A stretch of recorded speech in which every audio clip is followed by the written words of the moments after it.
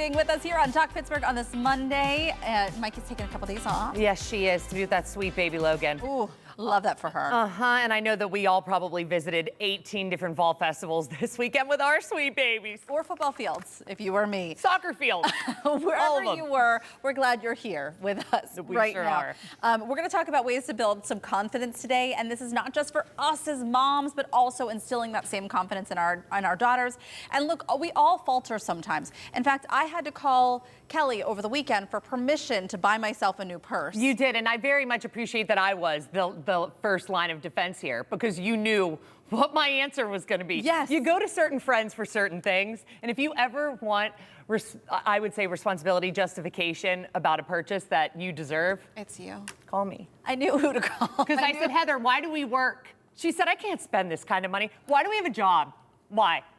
Have fun. Just a little bit. Just a little bit of fun every once in a while. You gave me that, and I walked in today with that new handbag, and I love it. I have all the confidence in the world with that brown suede leather bag. Looks so good with it. I saw it. Little swag. It was amazing. And you know what else was? This weekend, especially if you were a Swiftie, our girl Taylor Swift had such an exciting past couple days. Her 12th studio album, The Life of a Showgirl, came out on Friday, broke records within 11 hours of it being released, because that's what Taylor does. It's crazy. It's what she does. At 11 a.m. on Friday, it became Spotify's most streamed album in a single day this year. The Fate of Ophelia, one of my favorite tracks on the album, became the most streamed song in a single day in Spotify's history. This wasn't, again, breaking Taylor's records like she usually does time and time again. It was in you know, the entire life of the app, which is insane. So we know that a lot of people listen to it with those numbers, but did they actually like it? We were talking, Heather and I, after I told her that the Coach bag was a great idea, we naturally had to go straight into the album in our personal reviews, and how shocked we were at how yin and yang so many people were on this. Now, in the world of Swifties, I feel like there's like a 50-50 split here. Yeah. Some critics are calling it a nice pivot from the usual breakup anthems that we get from Taylor, or let's say that we've gotten in the recent past. So, and I have also seen other people saying, are we getting something new from her? There was one person in particular who played a Jonas Brothers song and said, this sounds exactly like this, and then played one of Taylor's new tracks with one of her old tracks and said, this sounds exactly the same. So I think there are people who are trying to dig in to find a reason to be mad at it. And I don't know why we care so much. I have no idea, because if anyone is going to sample a song, a lot of the times it was Taylor. I mean, she sampled on Father Figure, George Michael's Father Figure song. I forget what the term was. Michael, can you help me with this? It wasn't, she took it and like perpulated it or something like that. Like she used the same melodies.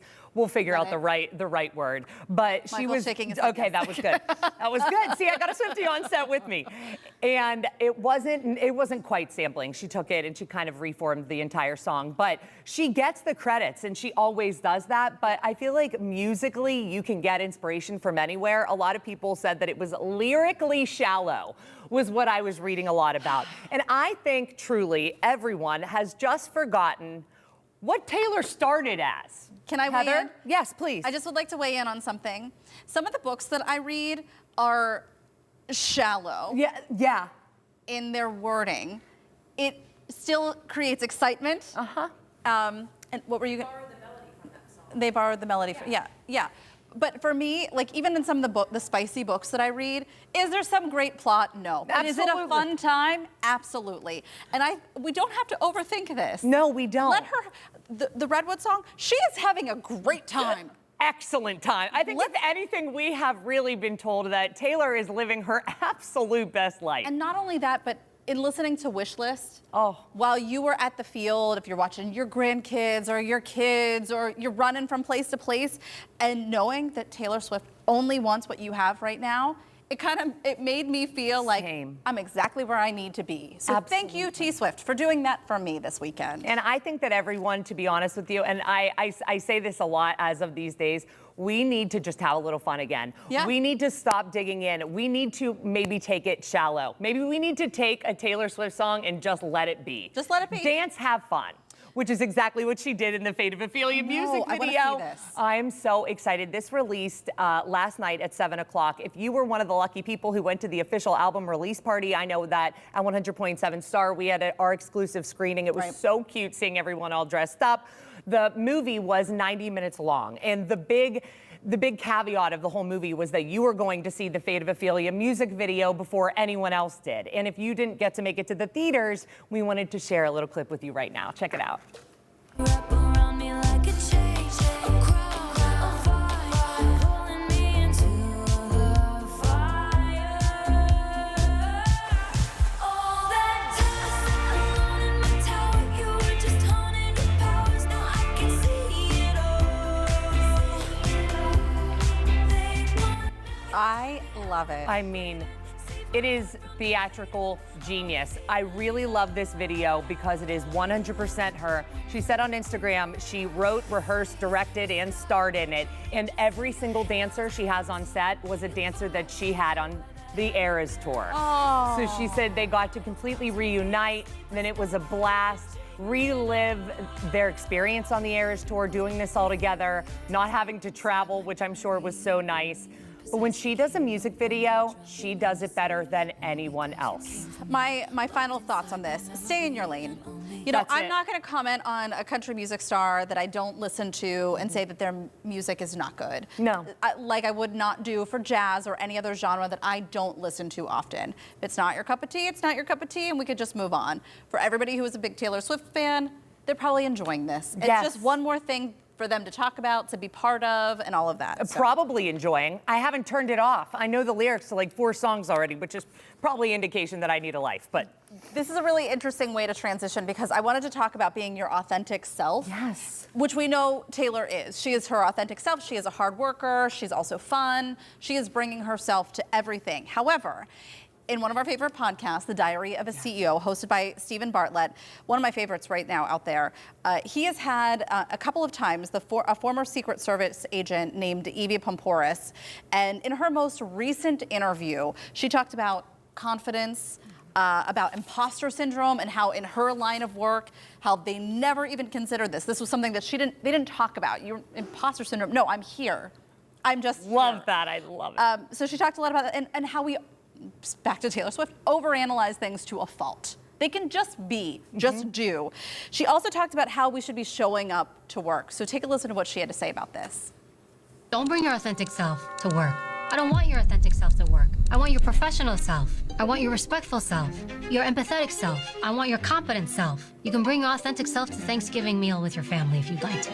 You Secret Service are like, come in, everybody be your authentic selves. You don't get high performers, you get sloppiness. Everybody's doing their own thing. That's not a team. So I love her. I love her so much. she is straight to the point. What I really enjoyed about this is that you can bring as she mentioned, your genuine self. You can be genuinely a good person and kind, but I don't need all of the backstory. I need you to come in, I need you to be part of this team, I need you to be a high performer. I need you to bring solutions and bring your value to this team so we can get this thing done. I think that it's kind of like that Severance on Apple TV. Oh, yeah. If you watch this show, the whole premise of Severance is that we're separating our innie and our outie. Your work self, your personal self from your work self, right? Right, and so those two things are severed completely, and so you never get to bring your outside life into work. You're just working.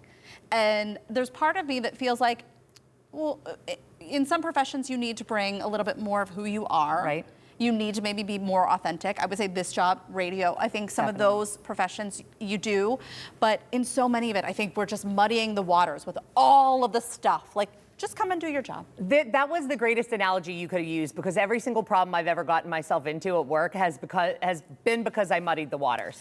Was because I cared too much about someone else's situation. Yeah. Because I got to know them. Right. Because and we're not saying don't get to know your coworkers.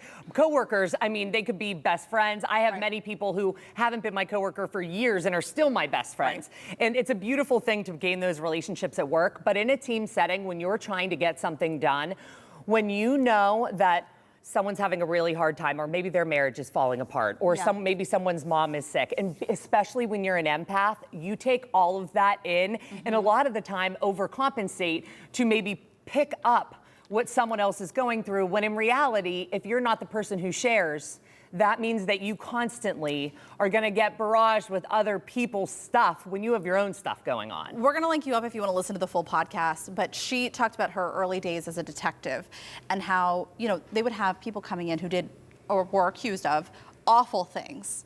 And she said, if I brought my authentic self, the person I would be in that interview would not be beneficial to getting the results that we needed, which was a confession, additional information so that we could build the case. And she said, I needed to remove myself, and this is what people should be doing at work. We're putting so much of who we are into a task. Yeah. So anyways, I thought it was really interesting. That's so true. See, again, after that, these podcasts are going to be thinking. That podcast, by the way, was 2 hours long, and I listened to every word. minute. Every word. Every minute It's amazing. of it. Okay, I wanted to talk about this because it is the thing that keeps me up at night, and I don't know about you, but I get very overwhelmed by the things that we should not be doing, consuming X, Y, and Z, especially with kids. One of them being processed foods. We all know that they are terrible for us, and yet the world has set us up to fail. Completely, in every possible way, and everywhere we go. You talk with a nutritionist, they'll say, shop the outside of the store. You know, don't go into the aisles because that's where all the processed food lives. So you just stick to the outsides. But the Wall Street Journal had an article about this, talking about how 55% of the calories Americans consume each day are made up of processed foods. No matter how hard we try?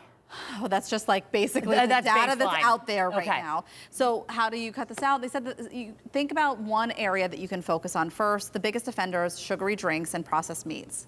That means bacon, hot dogs, sausages. No. I know. Every tailgating food that we've all put in our bodies. Basically, they said labels can be hard. So start with something small. So like maybe it is one area that you want to focus in on and try and look at the sodium levels, the saturated fats, and the added sugars.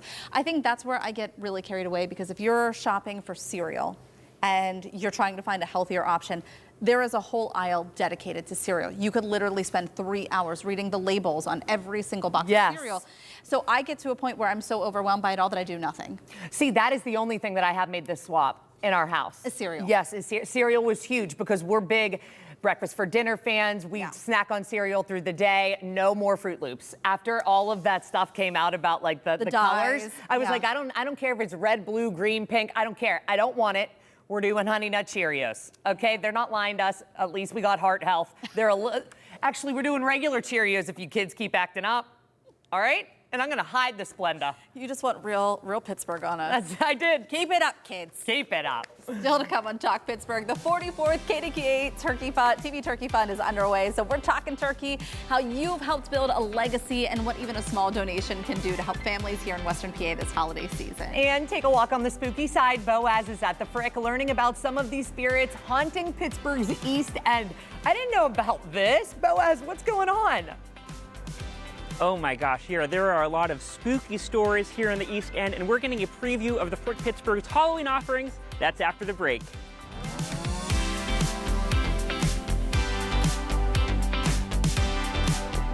The Frick Pittsburgh is home to a historic mansion, beautiful gardens, and an art museum. But this time of year, it's also home to some spooky happenings. I am telling you, mind blown. Boaz is in Point Breeze on the lookout for ghosts. Have you found anything spooky, Boaz? Well, I'll tell you, it is pretty eerie here. It's very empty, but I think that might only be because they're closed on Mondays. But we banged on the gates long enough, they let us in because I was so excited to learn about all their Halloween offerings. I'm here with Kelsey, the Director of Learning and Visitor Experience, and you have so many fun, spooky things happening this October. We do, starting with our 4th annual Spooky Spirits Walk, which is a little bit of a play on words. It's a guided nighttime tour of our grounds. Which let's walk, I guess. Let's walk. Let's give let's a tour take in the grounds. ambiance. Yeah. So it's a guided nighttime walk of our grounds when they are not typically open, accompanied by spooky stories about the East End specifically, and of course you need a festive fall cocktail or a mocktail to take with you. So it's spooky spirits in every sense of the word. Did you say a spooky fall mocktail? I wonder if could we have a goblet of a spooky... Oh, wait look a at second. What? Thanks, Kristen. Oh, my In return to goodness. the cheers. Cheers. I love it. A little cider. You have to have a good cider with you. You can get spiked or unspiked, warm or chilled spooky spirits, whatever your favorite way to take in a cider is. I love it. And so who are some of these spooky characters you're going to be talking about? Well, so you can take a ghost tour in lots of places in Pittsburgh, but Spooky Spirits is specifically about the East End. And so you're hearing about ghost stories about where Chatham might be haunted. You're hearing about some of these spooky stories of different mansions that used to be here on the East End when the Fricks lived here. But because we are a history institution, we also throw in a little bit of good fact. You're making sure these are well-researched ghost stories. Yes, we're talking about where do these ghost stories come from? Are they based on real people or not? And then we also, for good measure, have thrown in some actual macabre stories from, real history that, sometimes the history is scarier than the fiction. Gosh, can you give us an example of one of these characters? So one of my favorite stories is about Harry Thaw. He lived not very far from here. He went on to commit a notorious murder on the rooftop of Madison Square Garden in 1905. And I won't give away the ending, but it was the trial of the century. Wow. Yeah. That's wild. And I know one of them is already sold out, but there are a few spots for this Friday's There tour. are just a handful of tickets for October 10th, this Friday.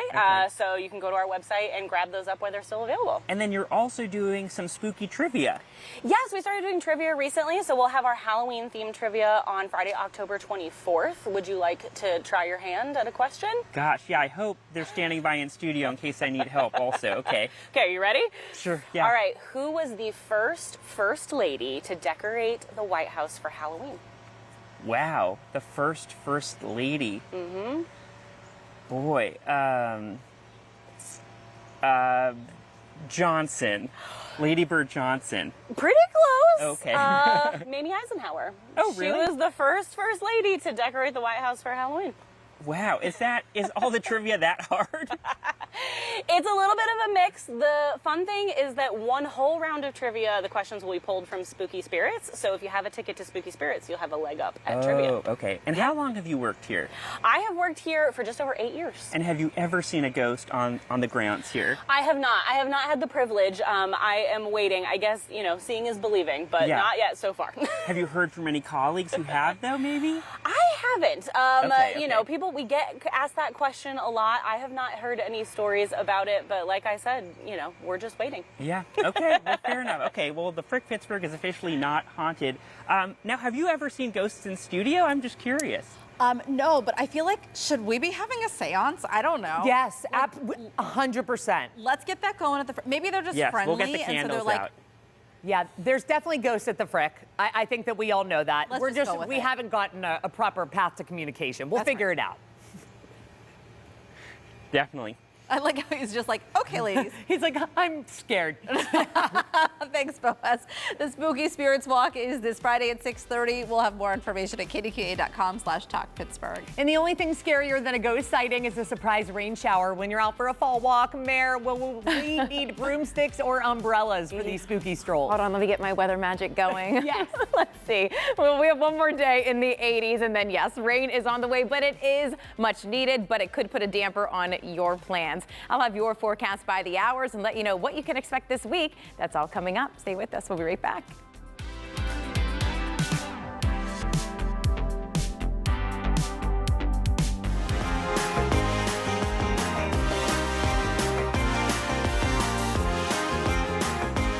It's that in-between season sweet spot where you sip on a pumpkin spice latte in the morning and you're sweating over an iced coffee by 2 p.m. With the school year rolling and fall events on the calendar, Mary is here to help you plan it all. It's time for your forecast by the hours. So happy to see you as always. I know. It's And we have nice. our Halloween backdrop. It does not feel like Halloween. It does not.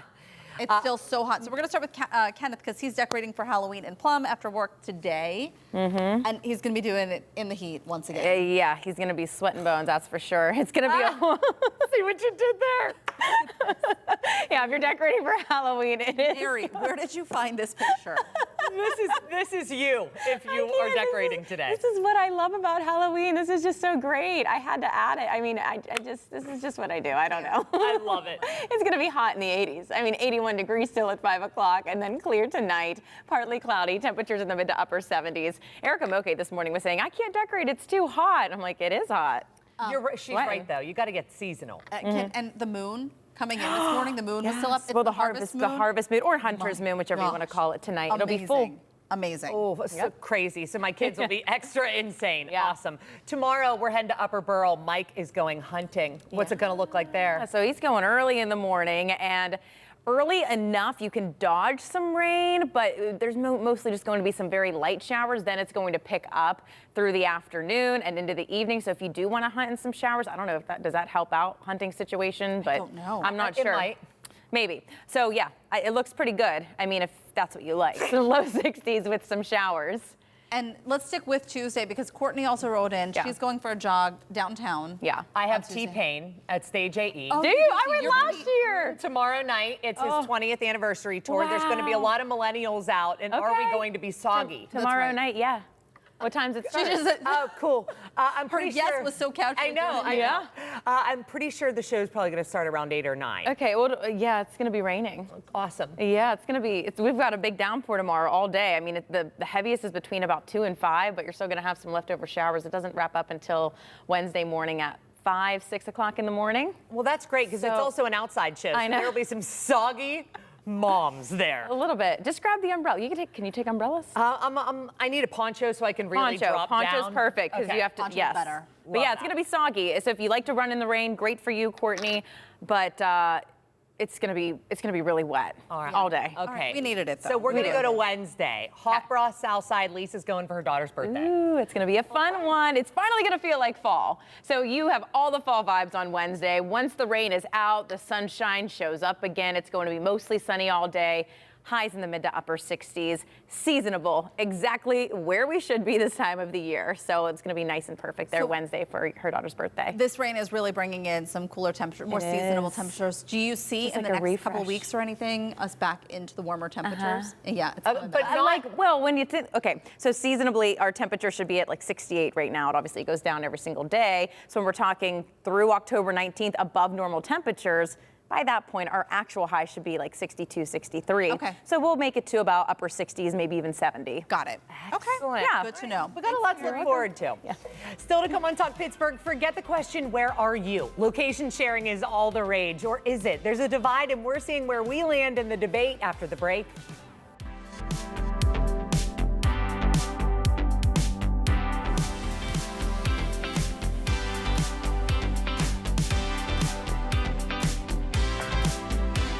Back in the day, you just told people you were on your way. If it's coming from me, it's probably a lie. Right. I'll be leaving soon.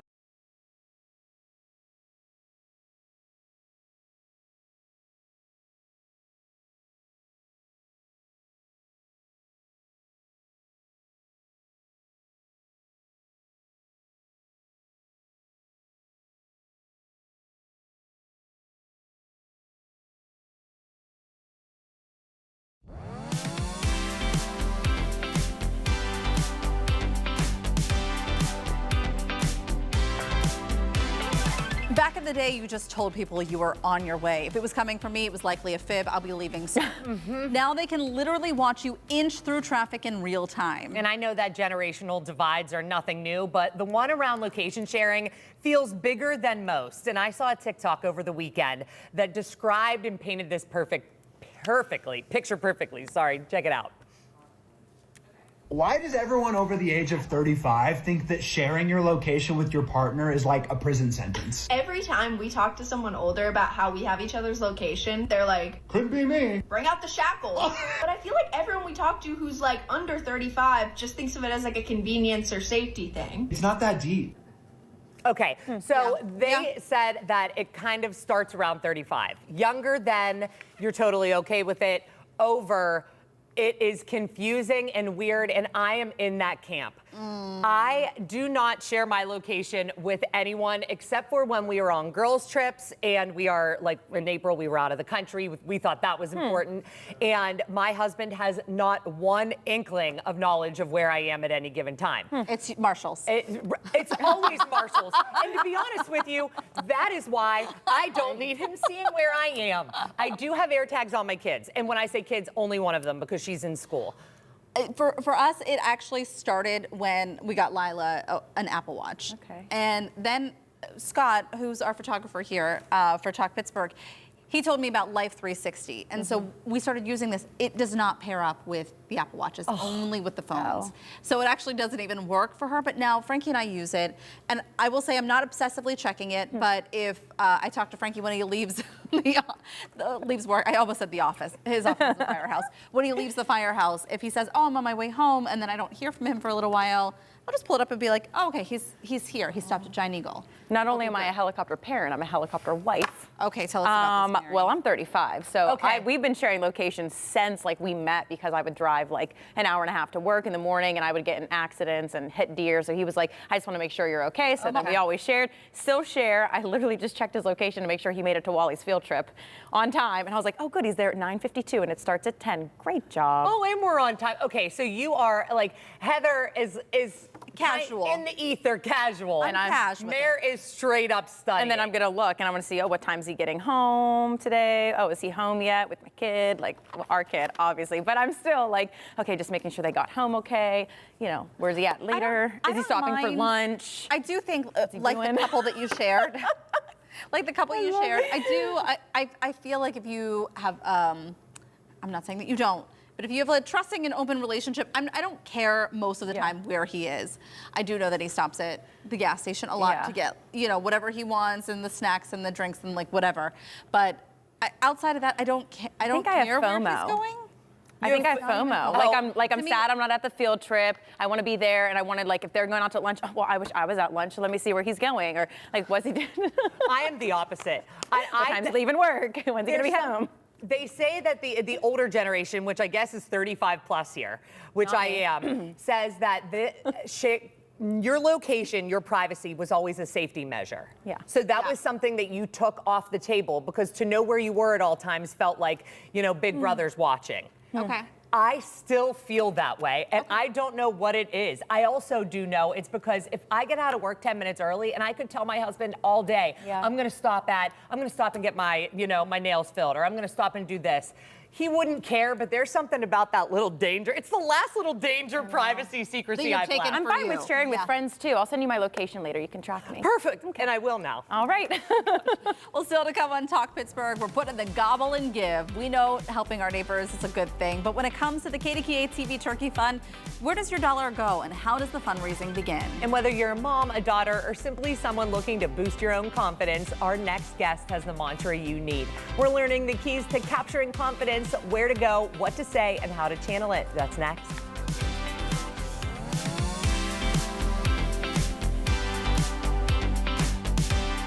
Today, we're talking confidence, not the kind that just shows up in a smile, but the kind that shapes how we show up in life. Joining us is Kristen Goss, who's helping moms and daughters build self-worth from the inside out. We are so happy to see you. Yes, thank you for having me. And I actually bumped into you at South Fayette Community Day. You were talking about some of the workshops that you were doing. Yes, I was there. I'm partnering with South Fayette Township for our next mother and daughter workshop happening in November. So they invited me to come out and talk to the public and share my message. So I was so honored to be there. And I have been such a fan of yours forever. Whenever we were talking about how important this is, and whenever our girls started school, I was like, we need to talk to Kristen. She has this on lock. Tell me how you what inspired you to put this all together? Yeah, so I think for me, I think back to being a young girl and even a young woman in adulthood and wanting a mentor or a guide to help me feel more confident in my life. And if I can be that for these little girls and for their moms, then that's really important for me. I'm so glad that you brought that up because as an adult woman, I still don't feel like I have the building blocks to be a strong, confident woman. And so it's hard for me to then pass that on to my kids, to my girls, because I feel like I did not have that foundation to actually be where I am and to pass that along. Does that make sense? Absolutely, and I think a lot of people grow up that way. Or our moms, we're now realizing as we become mothers, they were doing the best they could. Right. They were doing the best they could Yes. with what they had, and when our parents grew up, I don't think that this was at the forefront. No, we grew up in a time where we didn't talk about our feelings, No. right? But I will say, even though you are where you are in your life stage, it's never too late to learn that foundational work and to pass that on to our children. So these create confidence building workshops can help both the moms and the daughters who are attending. And how do you work through that process with them? So I partner with two co-hosts, Danielle Thum, who is a wellness practitioner, and she focuses on food and nutrition. And then Erin Traup is a pediatric mental health therapist. So she is the owner of Sprout Center for Emotional Growth and Development.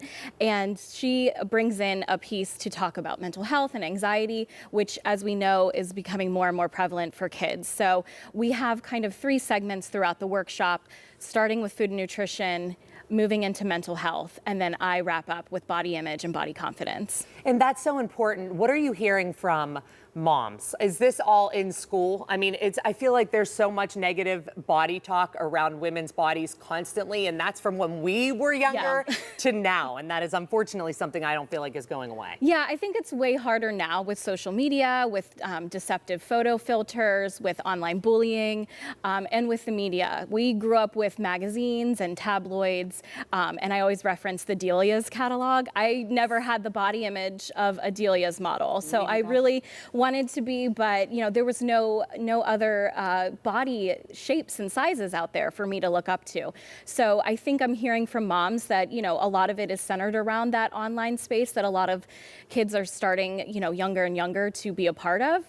I think it's school, and I think a lot of it is just our environment. Again, we as adult women don't always have the building blocks, so it's hard for us to know the right thing to say and do. Yeah. Sure. Okay, so you have a little exercise, and this is something that you'll do at this workshop. Yes. So we're going to try this out, and you can see it on your screen right now. So build your self-worth, and there are 4 different categories here. Yeah, so this worksheet is really important as my portion as the body image expert for both mom and daughter to do. So starting with the first question, what does my body do for me? And I filled it in, my body allows me to work as a coach and a photographer. And these can be pretty generalized answers. Sure. They don't have to be super specific because it's hard sometimes to write nice things about ourselves. Yeah. It is, which is so unfortunate. Yeah. Moving on, what's unique about me? I wrote that I'm detail oriented. So I think that's one of my special skills. What do I love about my body? My dad passed on super thick hair, and so I've always really loved my hair and styling it lots of different ways. And then wrapping up with what can I do to keep my body strong and healthy? And for me, my number 1 is always to move my body. If I'm stagnant, I don't feel great in my body, so I want to make sure that I move my body, whether that's walking or taking an exercise class, just making sure that I focus on the overall health of my body as well. Well, I'll say not just how it looks. Absolutely. That's the most important, is how we treat it. Right. So I didn't make it all the way through, but I will say I wrote, what does my body do for me? It allows me to learn new things like roller skating, which I'm doing right now. And what do I love about my body? I wrote my blue eyes.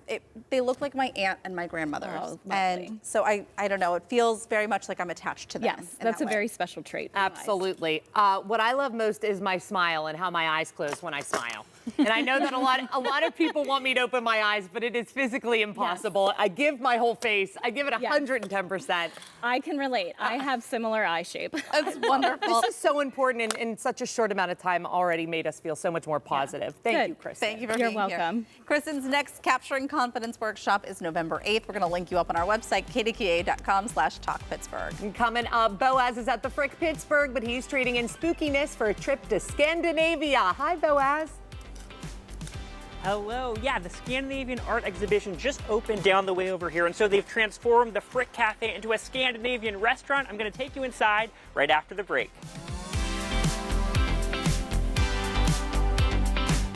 A few weeks ago, the Art Museum at the Frick Pittsburgh opened their latest exhibition, transporting visitors to Northern Europe. But the Scandinavian vibe doesn't end when you leave the museum. Boaz is joining us from the cafe at the Frick, where he's taking his taste buds on a journey. Is there any reindeer on the menu, Boaz?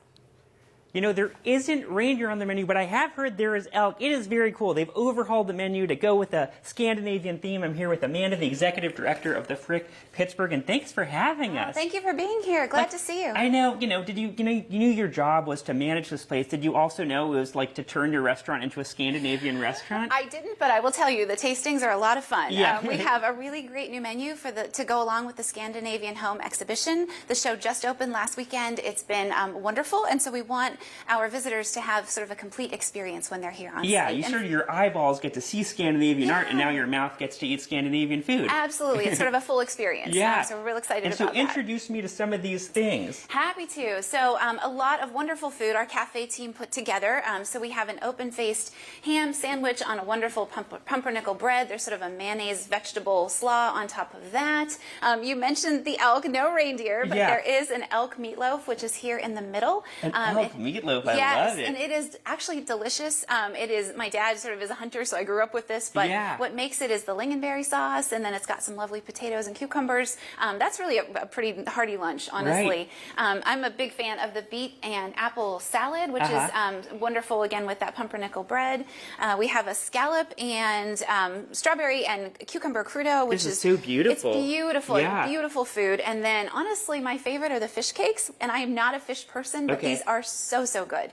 So it's a mix of different fish, and then there's a sauce to dip in. So you can come, see the show, and then have this sort of whole cafe experience when you're here. Our other menu items are there as well, but this is a very fun infusion for us to have. Yeah, absolutely. And so in addition, you also have a bunch of Scandinavian sort of activities happening alongside the exhibition. We do, all the way through January.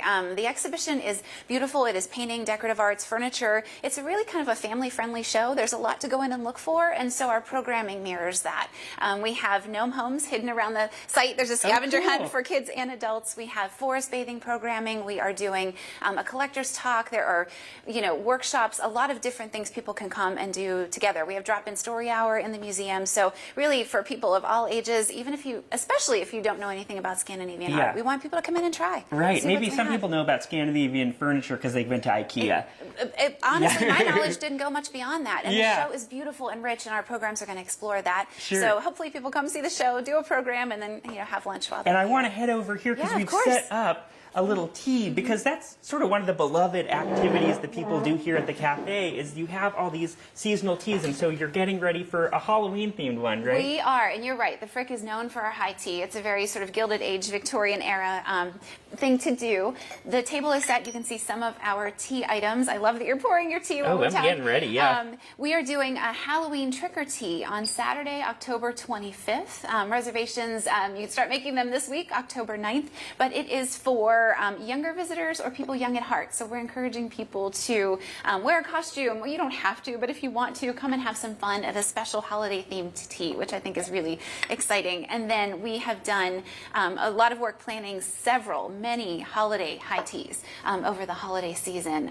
People love the idea of coming, I think, and dressing up a little bit and spending time, together in a way that you don't do every day, and that's really what this represents. Yeah, and you sort of have to act fast because these often do sell out pretty quickly. They do sell out. Our teas are really popular. They are opening. The holiday teas will open in early November, but we'll be kicking off our Clayton tour. The house tour is holiday themed. So my hope is that people come and see the Scandinavian exhibition, maybe have lunch, or have tea and do the holiday tour and sort of make a cozy winter day out of it here at the Frick. Yeah, well, there's so much to do here, and I'm going to take a bite out of this. I hear this is a deviled egg sandwich. So this is sort of a spooky snack that might be part of the trick or tea.